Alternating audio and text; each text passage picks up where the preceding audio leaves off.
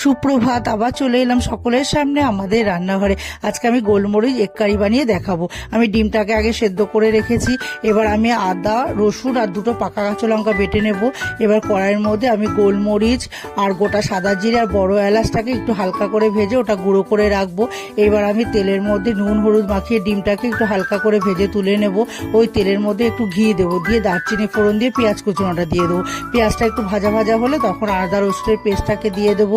দিয়ে পরিমাণ মতো নুন আর হলুদ সামান্য দেবো, আর গোলমরিচের গুঁড়ো দেবো।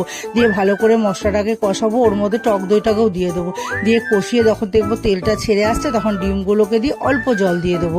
দিয়ে এবার ঝোলটা ফুটে উঠলে যখন একটু মাখা মাখা হবে তখন ওই ভাজা মশলাটাকে গুঁড়োটাকে একটু নামিয়ে দেবো। আর টক আর ঝালটাকে ব্যালেন্স করার জন্য একটু চিনি দেবো।